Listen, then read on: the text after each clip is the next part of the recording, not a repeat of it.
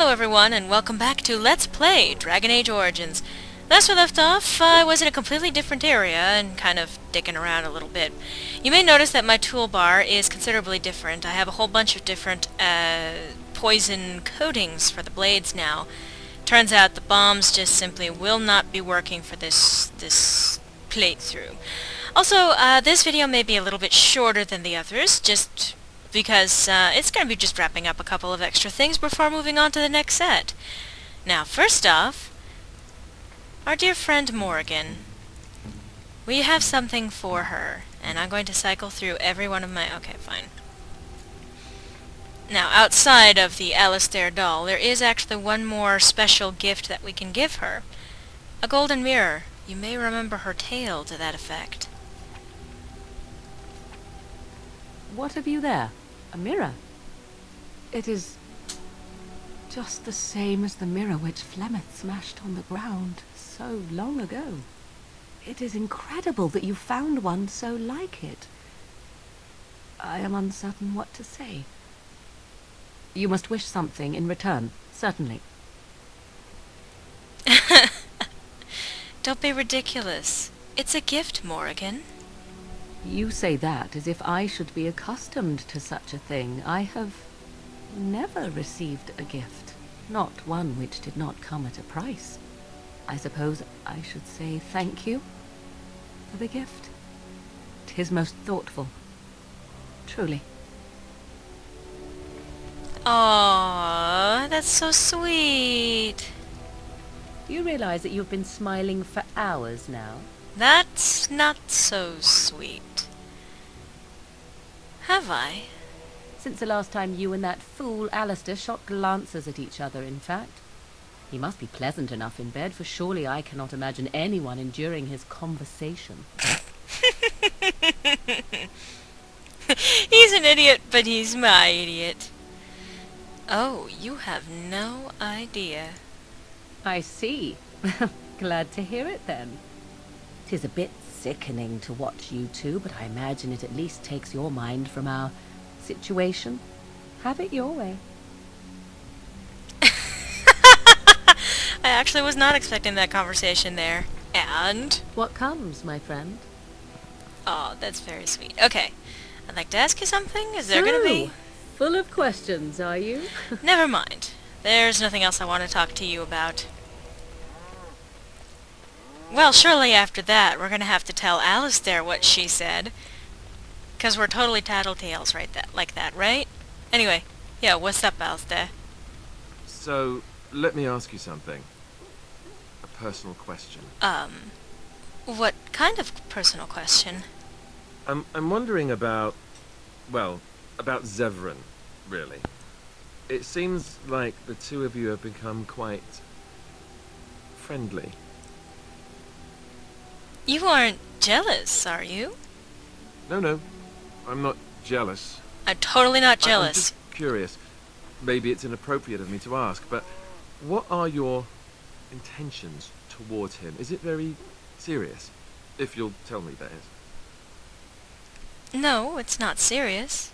I just enjoy Zevran's company. I was under the impression that the two of you were romantically involved. I would have said something sooner, but I didn't know how to put it without sounding, jealous. So, now that I've got that off my chest, let me ask something else. Do you have any feelings towards me? Aw, that's precious. He's nervous. Even though we've had this conversation, Alistair. I've come to care for you a great deal. I'd hoped that was the case. That... It's I supposed wasn't to come too soon, after a was it? kiss. Yeah, if you hadn't already had the confession conversation with him, that would have triggered a kissing cutscene. It doesn't. No, not really. I liked it. Good. I'll take that as a good sign. What about Zevran? I don't like the idea of leading him on. You're not leading him on. You know what I mean. Either you're with him, or you're with me.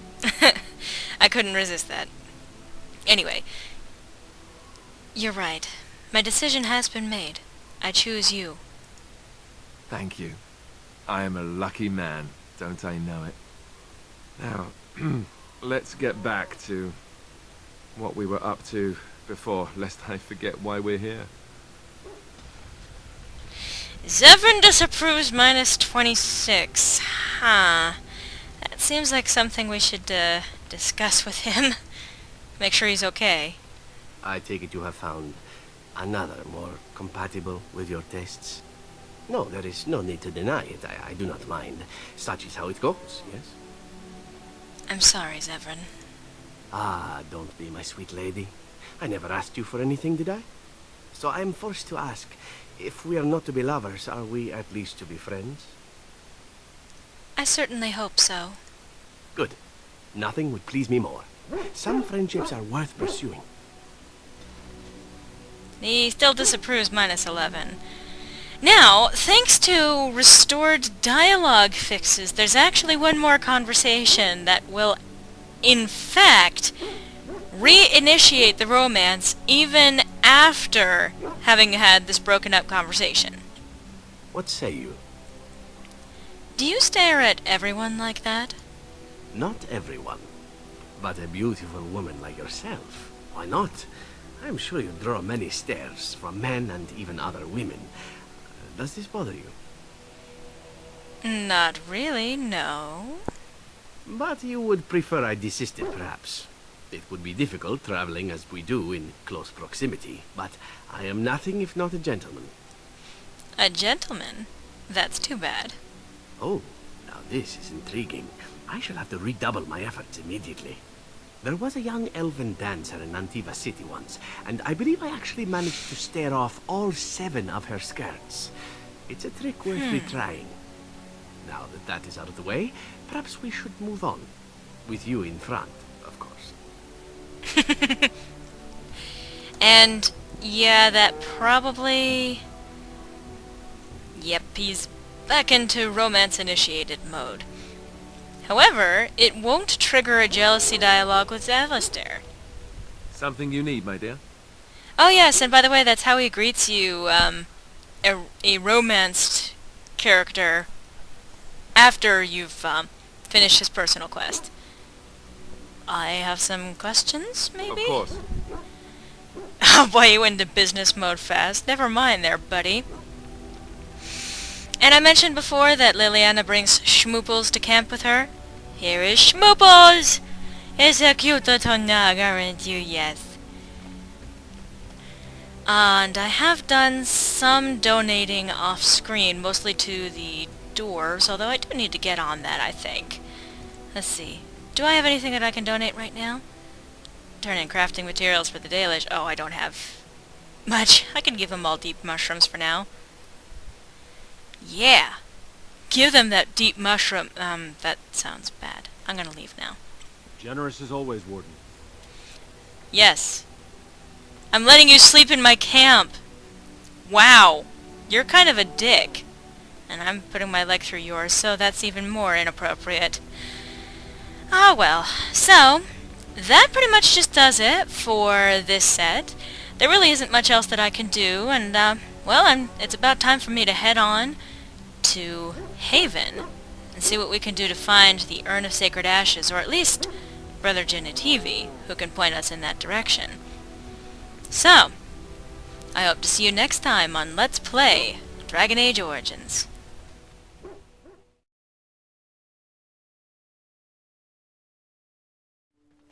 As a crow, you were an assassin in Antiva, right? Professionally? Technically speaking, I still am. Somewhat between jobs, as it turns out. So how much did you charge to, you know, kill someone? Was it very expensive? Did it depend on who they were? Such curiosity. Are you thinking of having someone murdered, my friend Alistair? Or are you considering a career change? No, neither. It just seems odd to me that you could make a living doing that. Or that you would need an entire guild just to handle so many jobs. Ah, assassination in Antiva is a tradition. It is more efficient than an election, as we say. Politics and death go together like kisses and lovemaking. It costs a great deal depending on how experienced the crow is and how difficult the target is to kill. I would charge perhaps 5,000 Andries for you. 5,000 Andries? Is that a lot? Not really, no. Still with the stern glances, Alistair? You didn't answer my question about why the crows wouldn't send their best man. So for that I must suffer all these fearsome glares? Oh, you are cruel to subject me to such torture. If you aren't telling me, there must be a reason. If you must know, the masters do not often take contracts outside Antiva, and I made the best bid. Best bid? We agreed to pay the guild a portion of whatever the contract offers. The one who agrees to pay the most gets the contract, so long as the guild deems them worthy. And they thought you were worthy. Against a pair of Grey Warden recruits. Apparently so. Were there many who wanted the contract? None. You are still Grey Wardens, after all. And even in Antiva, killing members of your order is considered impolitic. It made the guild's decision considerably easier, I imagine. Well, that's comforting. Somehow. So those designs you have all over your back, They're called tattoos, and I have them in many more places than just on my back, my friend. right. I hear that someone gets those by having needles put the ink under your skin. A great many needles, amongst other things, yes. That would be true. Didn't that hurt? Oh, yes, yes. But it is not so bad, in truth. If you like, I could give you one. I learned a bit of the art myself in Antiva. Oh, no, I don't think so. Come, it will just be a small one. Perhaps the symbol of the Grey Wardens. Something manly. Where are my needles? Maybe some other time. I'm going to go stand over here now. I've been thinking about those ink drawings. What do you call them? Tattoos? Are you still willing to do one? Oh, you decided to take the plunge, have you? What is a little pain, am I right? I'm not worried about that. I think they look interesting. Though, I want mine smaller. When can you do it? Not so fast, my friend. There is an entire ritual to how this is done, do you not know? First, I need to bathe you in a mixture of olives and rose water. You need to bathe me? That seems odd. No, not at all. It needs to be worked into your skin, preparing it to receive the ink. The massage is quite pleasurable. Do not worry. You are in good hands. The massage? You're having me on, aren't you? I might be, I might not be. Shall I describe the rest of the ritual to you? No. On second thoughts, I'll just pass. Excellent choice. The stories we hear down here about the crows, they're not true, are they? They all sound a little far-fetched. I cannot say. What have you heard? In Antiva, we hear that Ferelden men cannot sleep without a dog in their bed. Is that true? A dog? No, of course not. We value our dogs. It's part of our history.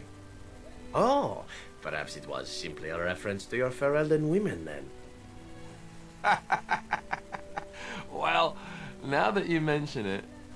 But those stories you heard? All true. Really? Even the ones that talk about how you all, get paid to... Especially those ones. Wow, I am totally in the wrong order. So, let me ask you something. What are your intentions with her? You speak of her as if she is not present. She's just right over there, you know. Don't dodge the question. I'm serious. Do I detect a bit of jealousy there? Feeling territorial, are we? I'm just asking what your intentions are. You did try to kill us all, remember? And now I owe her a blood debt, as she has spared my life. It has brought us closer together. Is that a smirk? Are you smirking at me? I assure you, sir, that I am not smirking. No smirking here. No. Well, just watch yourself, then. I'll be keeping an eye on you.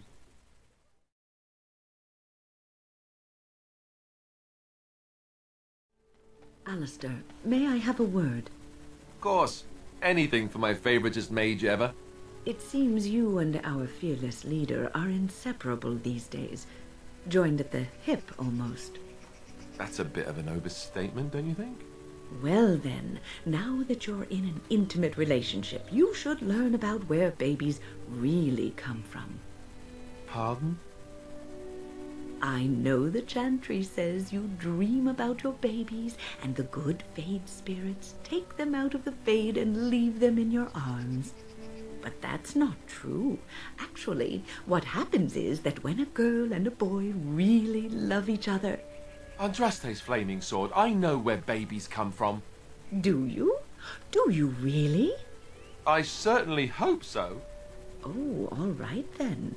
Oh, look, you're all red and mottled. How cute. You did that on purpose. Now, Alistair, why would I do such a thing? Because you're wicked. That frail old lady act, I'm so not fooled. I'm onto you now.